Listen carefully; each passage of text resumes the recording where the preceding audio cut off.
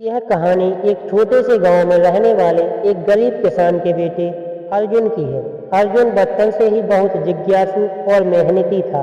वह हर दिन सपने देखता था कि एक दिन वह सफल आदमी बनेगा, लेकिन गांव में उसे सफलता के सीमित साधन ही दिखाई देते थे।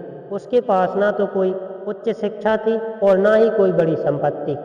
फिर भी वह अपने सपनों को साकार करने का प्रयास करता था। एक दिन अर्जुन गांव के एक बुजुर्ग संत से मिला, जिनकी बुद्धिमानी और आध्यात्मिक ज्ञान के चर्चे पूरे गांव में थे। अर्जुन ने संत से पूछा, बाबा, मुझे सफलता पाने का मार्ग दिखाइए। मेरे पास संसाधन बहुत कम है, परंतु मेरी प्रबल इच्छा है। संत ने मुस्कुराते हुए कहा, सफलता के 3 शस्त्र होते हैं। पहला शस्त्र है धैर्य। अर्जुन ने सोचा कि धैर्य तो वह अक्सर रखता है, परंतु संत ने समझाया, बेटा, धैर्य का अर्थ केवल इंतजार करना नहीं होता। इसका अर्थ यह है कि कठिन समय में अपने लक्ष्य पर दृढ़ रहना और परिस्थिति चाहे कैसी भी हो, अपने मन को शांत रखना। जैसे एक किसान को फसल बोने के बाद कई महीने का धैर्य के साथ इंतजार करना पड़ता है, वैसे ही तुम्हें अपने सपनों के लिए धैर्य रखना होगा। कठिनाइयां आएंगी, पर तुम्हें हार नहीं माननी चाहिए। इस बात को सुनकर अर्जुन ने ठान लिया कि वह हर परिस्थिति में अपने धैर्य को बनाए रखेगा। उसने धीरे धीरे छोटे मोटे काम करना शुरू किए और अपने जीवन के हर क्षण में सीखने के लिए कुछ काम किया। कई बार उसे सफलता और कई बार उसे असफलता का सामना करना पड़ा, लेकिन उसने संत की बात को याद रखते हुए अपने धैर्य को बनाए रखा।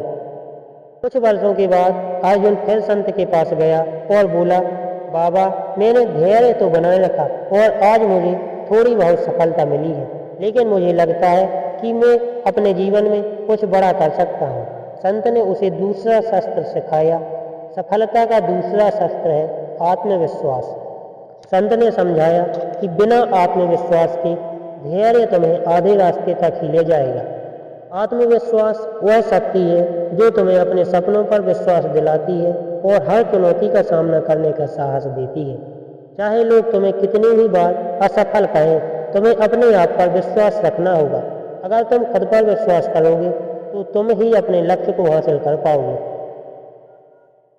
अर्जुन ने इस बात को गंभीरता से लिया और उसने अपने हर काम में आत्मविश्वास का संचार किया।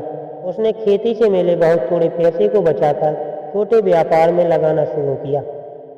जब भी उसे चुनौतियों का सामना करना पड़ता, वह अपने आत्मविश्वास के बल पर उन्हें पार कर लेता। धीरे धीरे उसका व्यापार बढ़ने लगा और गांव में उसका नाम होने लगा।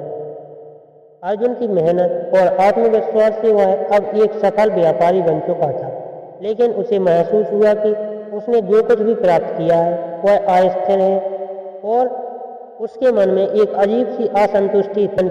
उसने संत के पास जाकर अपने मन की सारी बात संत को बताई। तब संत ने कहा, बेटा, सफलता का तीसरा और अंतिम शस्त्र है सकारात्मक दृष्टिकोण।